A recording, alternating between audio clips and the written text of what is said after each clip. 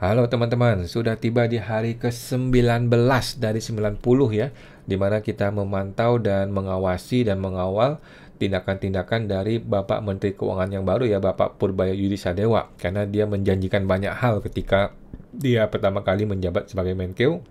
Dan kenapa kita perlu mengawasi hari demi hari?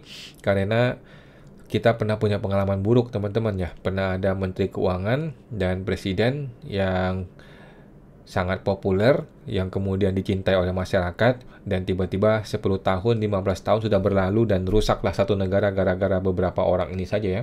Kita tidak mau Pak Purbaya menjadi orang seperti itu. Kita mau Pak Purbaya menjadi orang-orang yang benar gitu ya. Kalau memang lu benar ya kita dukung. Kalau lu nggak benar ya kita kritik. Kira-kira gitu ya. Nah, di hari ke-19 kan hari Sabtu nih ya, jadi tidak banyak berita di hari Sabtu, tetapi ada satu yang menggemparkan kita semua ya. Ini mengenai PMK 37, di mana Purbaya menunda pungutan PPh pedagang online di e-commerce. Jadi mungkin teman-teman yang belum paham ya, selama ini orang-orang yang dagang di e-commerce itu, terutama seperti kayak Tokopedia, Shopee, dan kawan-kawan itu, dia tidak membayar dulunya, dia bayar mandiri. Ya, dia omsetnya berapa, dia bayar mandiri UMKM 0,5%. Sejak ada PMK 37, 2025 itu Sri Mulyani memerintahkan marketplace-nya yang memungut PPh final 0,5%. Tidak lagi dibayar sendiri. Dan cilakanya itu PMK tidak ada sosialisasi, tidak ada masa migrasi, tiba-tiba langsung dinyatakan berlaku pada saat itu juga, yaitu dimulai dari masa pajak Juli, Agustus, September, sudah lewat 3 bulan nih ya. Marketplace pada kelabakan, pada kelimpungan ya, dan masih banyak marketplace yang belum bisa melakukan itu. Yang gua dengar hanya Shopee yang sudah bisa lakukan, yang lain belum bisa ya. Nah, tiba-tiba Purbaya mengatakan menunda pungutan PPh pedagang online. Jadi PMK 37 itu efektifnya ditunda oleh Pak Purbaya. Namun yang gue kritik adalah Pak Purbaya dapat kewenangan dari mana untuk melakukan penundaan ini. Dia dapat perintah dari mana dan bagaimana seorang menteri bisa memerintahkan untuk menunda sebuah PMK atau hukum yang sudah disahkan secara resmi gitu ya. Tidak boleh ya kalau dia mau mencabut atau menunda, dia mesti bikin PMK baru yang merevisi PMK yang lama. Begitulah cara kita bernegara. Jangan sampai mulut atau omongan seorang menteri bisa menjadi dasar hukum. Cilaka negara kita kalau omongan bisa jadi dasar hukum. Bahaya sekali ya. Jadi perlu Pak Purbaya memberikan kepastian hukum kepada kita semua, karena kita adalah negara hukum ya, bukan negara bapaknya si Purbaya ya. Jadi tidak boleh sembarangan ngomong, terutama yang melanggar hukum ya. PMK 37 sudah menjelaskan harus dijalankan dan tidak ada kesempatan untuk menunda-nunda ya. Nah, jadi Pak Purbaya mungkin perlu membuat PMK untuk merubahnya. Dan gue sudah bikin video khusus mengenai itu ya, mengenai penundaan tersebut ya. Intinya nggak nyambung sebenarnya sih. Menurut gue sih nggak nyambung apa yang diperintahkan oleh Purbaya ini. Karena dia menunda ataupun tidak menunda, kan orang tetap mesti bayar pajak. Gitu kan? Orang tetap mesti bayar pajak, dan ini malah mempersulit yang sudah mulai melakukan pemotongan, akhirnya masih membatalkan. Atau akhirnya harus menunda dan sebagainya, malah jadi ribet gitu loh. Orang sudah bergerak maju sesuai dengan perintah PMK, tiba-tiba lu turunin lagi, lu balikin lagi ke kondisi semula ya. Jadi ya kita mengkritik lah Pak Purbaya ya. Kalau bisa jangan pakai mulut, jangan pakai omongan untuk merubah sebuah hukum yang sedang berlaku gitu ya. Karena ucapan pejabat bukanlah dasar hukum. Oke, yang kedua, ini Pak Purbaya datang ke iNews ya. Momen Menkeu Purbaya Yudhisadewa kunjungi iNews Media Group. iNews siapa yang punya ya? Kalau nggak salah miliknya grupnya global ya, grupnya si siapa? Gue lupa gue namanya siapa itu. Kalau nggak salah ya, mudah-mudahan tidak salah ya. Menkeu Purbaya mengunjungi kantor iNews di iNews Tower, Jakarta Jumat ya. Purbaya tiba pukul 16.20. Purbaya sebelumnya mengunjungi kerja ke kantor BGN di kawasan Kebon Siri. Purbaya tiba di iNews Tower dengan didampingi Direktur Jenderal Strategi Ekonomi dan Fiskal Kementerian Keuangan Febrio Kacaribu. Kehadiran disambut hangat jajaran iNews Media Group di lobi utama ya. Oke. Ini dia foto-fotonya ya. Oke, mantap. Oh, ada podcast juga, ada podcast. Oke. Nah, yang gua kritik lagi ya kepada Pak Purbaya, Anda sudah datang ke iNews, sudah datang ke kementerian-kementerian, sudah datang ke mana kemarinnya? Ke DPR sudah, ke KPK sudah, eh, ke semua orang sudah ya, teman-teman ya. Kecuali satu yang belum, yaitu wajib pajak. Ya, Pak Purbaya sudah ke KPP, sudah ke DJP, sudah ke Bea Cukai. Satu yang belum, Pak, wajib pajak. Kita-kita nih, warga masyarakat, belum disentuh oleh Pak Purbaya. Apakah dia sengaja tidak mau menyentuh kita? Ataukah akan ada gilirannya? Kalau ada gilirannya, kita mau lihat dia ngundang siapa. Apakah dia ngundang wajib pajak yang sudah dikondisikan untuk bicara baik-baik saja? Ataukah dia akan undang wajib pajak secara random? Atau dia akan mengundang orang-orang kayak gue ya, yang sudah jelas-jelas terlihat keberpihakannya tidak berpihak kepada beberapa oknum pejabat publik ya, pejabat pajak gitu. Sangat disayangkan ya Pak Purbaya belum menunjukkan ciri-ciri atau indikasi mau bertemu dengan wajib pajak. Karena kita ini punya banyak keluh kesah, banyak pengaduan yang akan kita sampaikan, dan Pak Purbaya belum tentu sanggup untuk menerima kita punya pengaduan ya. Oke, lanjut. Oh, ini yang gue sudah bikin video juga mengenai ini ya, dimana dia ini disebut sebagai gimmick politik ya.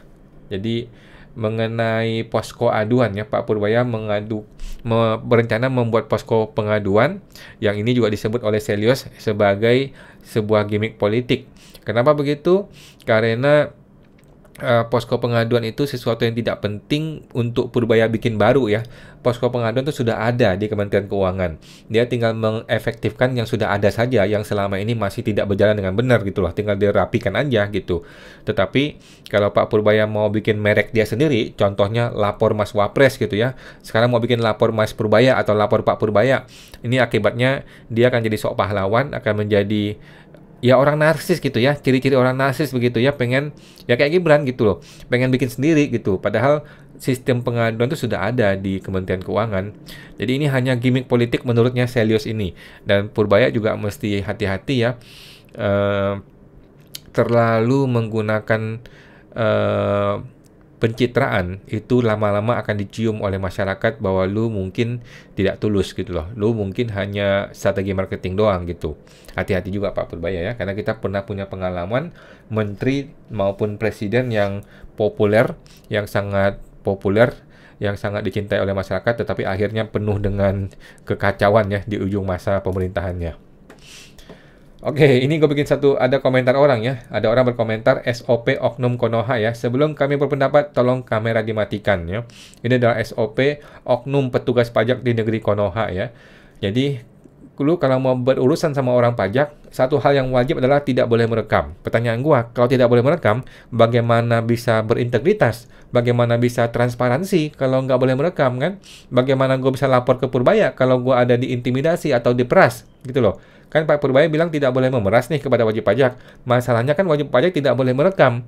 Akibatnya kalau wajib pajak diperas, kemudian mau lapor, kan buktinya nggak ada. Bagaimana bisa ngomong gitu? Orang pajak pasti bilang dong, kami tidak pernah memeras gitu kan. Kalau diminta rekamannya, orang pajak bilang sudah tidak ada rekamannya, sudah di recycle. Oke. Ini berita apa ini? Dari Melek Pajak ya, dari Melek Pajak.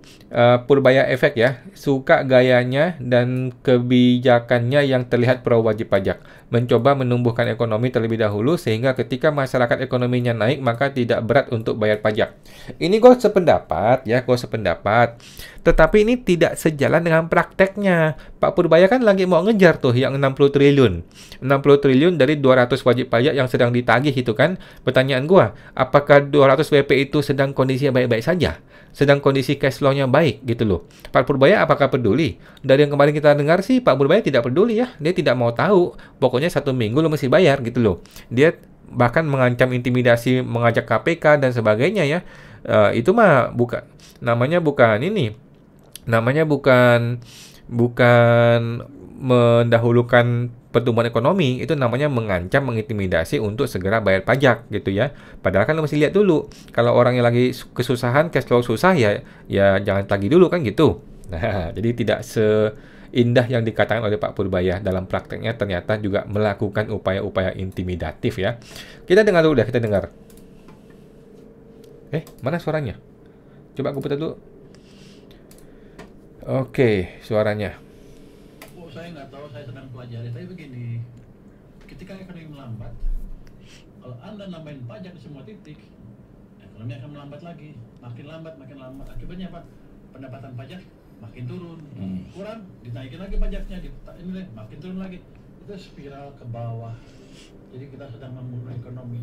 Jadi approach seperti itu kurang bijak, saya pikir. Maka kita balik sedikit sekarang. Saya nggak ngomong pajak lagi kan. Yang penting saya ciptakan pertumbuhan ekonomi yang cepat supaya pajak naik, pajaknya, income-nya naik secara otomatis. Tapi kalau pertumbuhan ekonomi cepat, rakyat akan bayar pajak juga senang karena duit mereka juga banyak. Jadi itu yang saya coba orkestrasi sekarang. Saya nggak tahu. Oke. Jadi teorinya sungguh-sungguh indah ya Pak, tetapi mohon maaf ya Pak, gua sebagai konsultan pajak di lapangan belum terasa Pak. Mohon maaf ya, di lapangan belum terasa. Kami yang sedang kena pemeriksaan SP2DK sama sekali tidak merasakan hal yang Bapak ucapkan. Pemerasan, intimidasi, pengancaman tetap terjadi di lapangan. Baru-baru ini ada per baru nih. Ada per berapa tuh? Per 15 ya. Per baru itu bahkan mengancam akan ada pemeriksaan hanya gara-gara data konkret, data yang sangat sederhana tiba-tiba orang kena periksa ya. Memang bangsat itu Pak Dirjen Pak ya. Tetapi Pak Purbaya mengatakan begini-begini akan fokus pada pertumbuhan. Oh, gimana Pak? Di level teknis nggak gitu Pak. Di level teknis tuh orang sudah diancam, diintimidasi, bahkan dengan per sekarang. Dengan per aja peraturan Dirjen, orang bisa kena pemeriksaan hanya gara-gara NTPN, NPPN, hanya gara-gara data konkret yang sederhana Pak. Jadi tidak sinkron nih antara ucapannya Pak Purbaya dengan teknis yang terjadi di lapangan Pak. Kami merasa sangat miris. Atau lebih gampang, kita baca aja deh ini ya. Kita baca aja nih komentar orang-orang nih ya.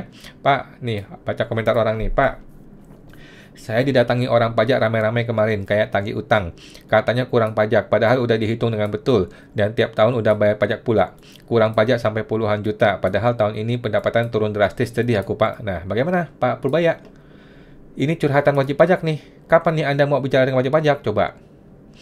Nah, kapan nih mau bicara dengan wajib pajak, Pak Purbaya? Tim DJP dari pusat kepala sampai ke bawah yang perlu di training yang betul. Mereka tak mengajari dan membimbing WP yang baru usaha, tapi mengintai kesalahan WP biar bisa bayar pajak lebih dan lebih banyak lagi selalu. Orang yang kalau bisa datang ke kantor pajak saja harusnya dihargai, bukannya seperti rasa diteror. Nah, bagaimana Pak Purbaya? Bagaimana Pak, omongan lu tidak sejalan dengan yang terjadi di lapangan Pak Purbaya? Coba baca deh komentar orang-orang Pak. Ini adalah suara hati wajib pajak. Bukan buzzer loh ini ya, bukan buzzernya gue loh ini. Ini betul-betul warga masyarakat yang ngomong langsung berdasarkan pengalaman pribadi mereka. Kapan Pak Purbaya mau ajak bicara kita-kita semua ini Pak? Kok 360 derajat dari cara berpikir menteri yang lama ya? Kalau bisa semua dipajakin. Betul, menteri lama begitu ya. Tetapi kan menteri lama omongannya dengan tindakannya sejalan. Kalau Pak Purbaya ini omongannya dengan teknisnya berbeda nih sekarang nih. Oke. Konsep oke, semoga eksekusinya juga oke. Nah, kita tunggu ya Pak Purbaya ya. Semoga tim DJP paham. Nah, ini mudah-mudahan paham. Jangan-jangan DJP-nya nggak paham ya. Oke.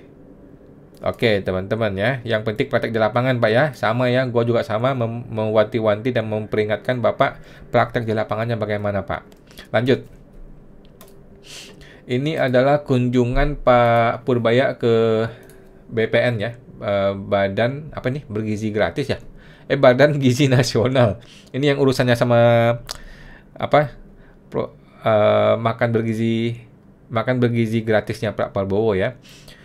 Menkeu Purbaya mendatangi kantor BPN di Jakarta Pusat ya. Kedatangan Menkeu ini dilakukan di tengah sorotan tajam publik soal makan bergizi gratis. Diketahui penyerapan anggaran itu sampai bla bla bla bla bla. Intinya dia membuktikan omongan dia di mana dia akan mendatangi setiap pos-pos kementerian yang menerima uang dia ya. Karena kalau lu nggak bisa serap ya gue ambil balik uangnya, kira-kira gitu ya. Namun sekali lagi yang sangat disayangkan adalah dia belum menyambut wajib pajak, belum mengundang wajib pajak ke kantornya untuk mendengarkan keluh kesah wajib pajak. Berani nggak Pak Purbaya membuat sebuah platform, sebuah pertemuan dengan wajib pajak, tetapi random ya, jangan dikondisikan wajib pajaknya yang baik-baik aja ya, tetapi random aja dipanggil wajib pajak dan disiarkan secara publik. Kita mau tahu Pak, bagaimana curhatan wajib pajak kepada Anda. Gue sih nggak kebayang. Gue bisa membayangkan ya, situasi itu akan jadi situasi yang sangat-sangat chaos, situasi yang sangat-sangat emosional, di mana orang diancam, diintimidasi, diperas bermiliar-miliar, sampai nggak sanggup bayar Pak. Ya, Bapak akan dengarkan nanti kalau mau ya. Lanjut. Ini apa nih? Dokumen belum diupload ke website. Menkeu Purbaya tegur staf tapi kocak katanya. Oh, oke. Ini agak komedi ya. Kita lihat. Oke, mungkin data diupload lagi. Lu takut diprotes lu?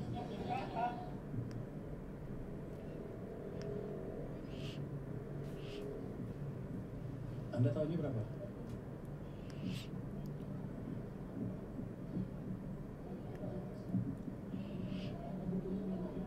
Oke, mungkin data diupload lagi. Lu takut diprotes lu? Ada angka yang disembunyiin, keluarin lagi di upload di ini biar mereka bisa ini. Rasio utang ke PDB 39%. Enggak 3% PDB. Nanti kita upload lagi deh biar clear. Biar Anda bisa marah-marahin saya kalau utangnya gedean. Nanti saya marahin dia.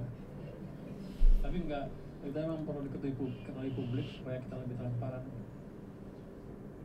Oke.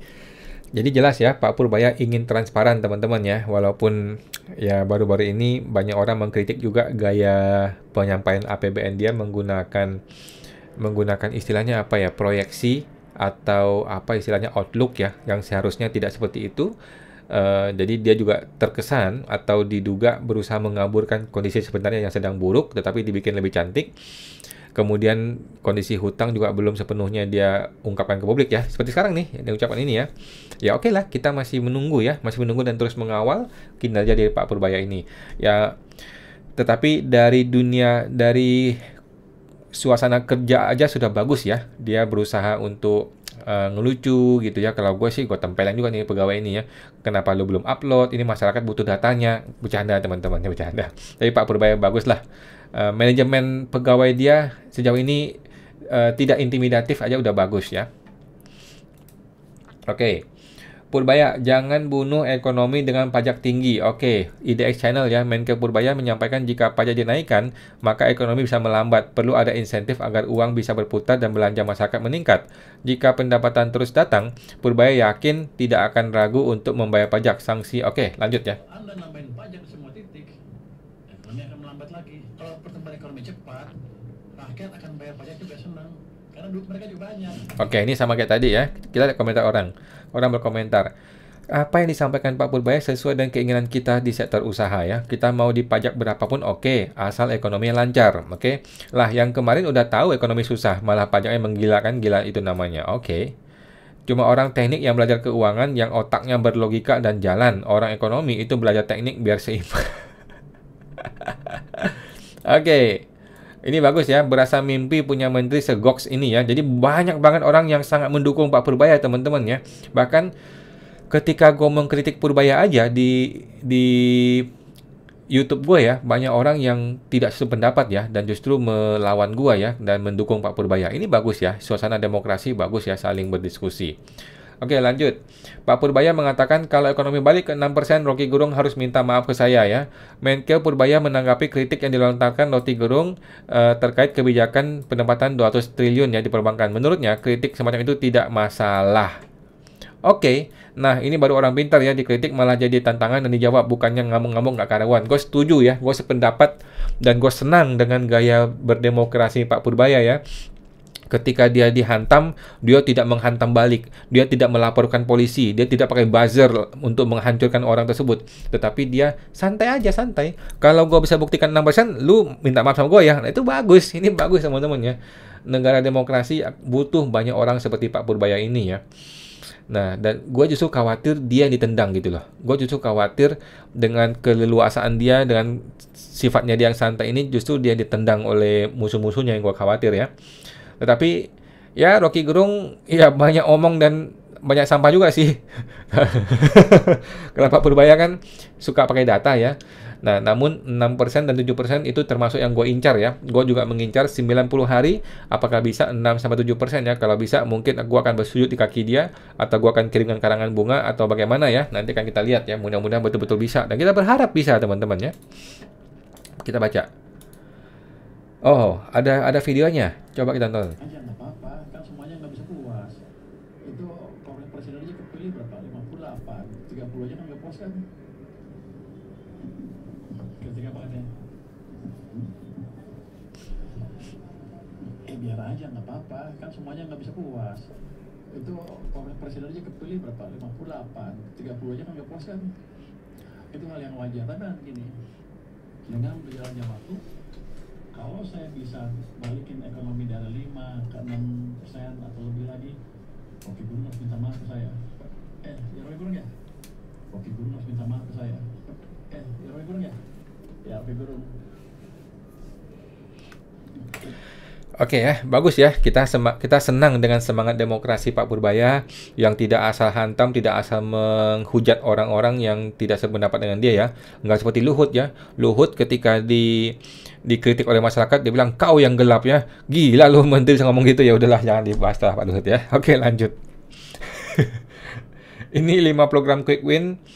Ini diulang kembali ya. Ini hanya pengulangan kembali teman-teman ya. Karena dia ini media darling dan banyak portal-portal berita yang terus mengulang-ulang ya. Tapi nggak apa-apa, kita akan reminder kembali teman-teman ya. 5 program quick wins-nya Purbaya ya. Satu adalah dorong pertumbuhan ekonomi. Jadi dia tuh punya pemikiran, pokoknya masalah akan selesai kalau pertumbuhan ekonomi maju. Oke, namun gue perlu kasih tahu nih ya, kita mesti lihat kondisi di negara maju seperti Amerika deh. Amerika kan ekonomi maju tuh, tetapi kan pada nggak beres juga ya. Pada nggak beres juga, moralnya nggak bagus, kehidupannya juga tidak yang kita inginkan ya. Jadi pajaknya oke gue rasa di Amerika sih.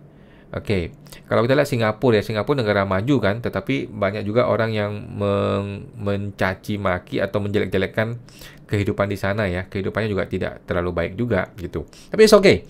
Anyway, gue sependapat ya, gue setuju bahwa pertumbuhan ekonomi harus didahulukan di atas yang lain. Gue setuju sama Pak Purbaya ini ya. Karena kalau kita bisa makan, kita punya duit yang banyak, itu yang lain bisa kita pikirkan belakangan. Dua, tagih tunggakan pajak yang 60 triliun ya. Ini menurut gue over confidence, tapi kita tunggu ya 1 minggu ke depan apakah betul-betul dapat 60 triliun ya. Lanjut, nomor 3, tuntaskan kotak sistem 1 bulan. Ini omong kosong, nggak mungkin 1 bulan ya, nanti kita lihat ya.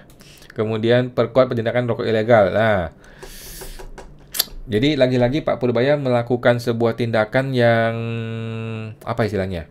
Sebuah tindakan yang populer, yang keren, yang sok pahlawan, yang pencitraan ya, tetapi bagaimana teknisnya? Teknisnya di lapangan ini tidak mudah ya, Bapak ya. Seharusnya ini bea cukai yang ngomong nih. Harusnya bea cukai yang ngomong. Ini kan barang bisa masuk ke Indonesia gara-gara impor ilegal kan, sesimpel itu kan. Impor ilegal kan ada di tangan bea cukai. Ya lu beresin di situ gitu loh. Kalau bea cukainya bisa ngeberesin impor ilegal, ini barang kan habis nanti nih. Begitu barang habis kan ya, rokok yang legal bisa masuk gitu loh. Tapi yang disalahin malah marketplace sama si Menteri Sadewa ini. Ini apa nih? Ini sama ya tadi ya. Ini sama mengenai ini iNews nih. Dia ngomong di iNews. Oke, terakhir, Pak Purbaya bantah mendikte perbankan soal lonjakan deposito dolar jadi 4%. Oke, kita lihat. Purbaya Sadewa menegaskan tidak pernah meminta Himbara untuk menaikkan suku bunga deposito counter rate berdenominasi dolar menjadi 4%. Oke. Orang nuduh saya tuh, itu kebijakan Menteri Keuangan mendikte perbankan untuk naikin bunga deposito dolar 4%. Saya nggak pernah nyuruh Danantara atau Kementerian Keuangan atau bank untuk naikin bunga deposito seperti itu, kata Purbaya ya. Purbaya mengaku hanya membahas wacana pemberian insentif kepada pemilik valuta asing agar memindahkan dana mereka dari luar negeri ke Indonesia. Namun, Purbaya menekankan wacana itu masih dalam tahap perhitungan atau kajian. Oke, yang itu kan, yang diduga akan jadi tax amnesty itu kan. Namun mungkin ada ekonom yang berpendapat bahwa itu menekan ya atau mendikte untuk bank-bank untuk menaikkan deposito dolar jadi 4%. Itu tinggi banget ya kalau 4% ya. Orang sih mungkin mau ya masuk ke Indonesia ya. Mencela-mencelek sudah ketebak dari awal. Oke, sudah mulai ada nih hater-haternya dia ya. Apa yang mencela-mencelek bro? Nah, ini ada pendukung Purbaya nih ya. Jadi dunia persilatan demokrasi ini sudah mulai berjalan teman-teman ya, sudah mulai ada mendukung, ada yang tidak mendukung. Cuman gue berharap jangan ada buzzer lah ya. Mendikte yang bagus nggak ada yang salah. Oi. Wartawan buat kesimpulan sih, padahal Pak Purbaya belum resmi kenaikan deposito dolar. Di Taiwan dan Hong Kong, deposito dolar sudah tembus 5%. Oh gitu, pantesan orang di sana taruh duitnya. Enggak lah, dari dulu perbankan jadi lahan hijau terus kok sekarang ngomel. Oke, gitu teman-teman ya. di hari ke-19, di hari Sabtu tanggal 27 September ya, tidak banyak yang dilakukan oleh Purbaya, namun ada beberapa hal yang penting ya, terutama ada gebrakan penting di mana dia menunda untuk pemotongan PPh UMKM di marketplace ya, sehingga marketplace tidak usah memotong lagi. Yang lainnya sih masih sama aja ya, dan kritik gua pun masih sama. Kritik gua masih tidak jauh-jauh seputar transparansi merekam di kantor pajak yang masih dilarang sampai hari ini ya, padahal Pak Purbaya katanya sih mendukung transparansi. Oke teman-teman, itu aja, sampai jumpa, semoga terbantu.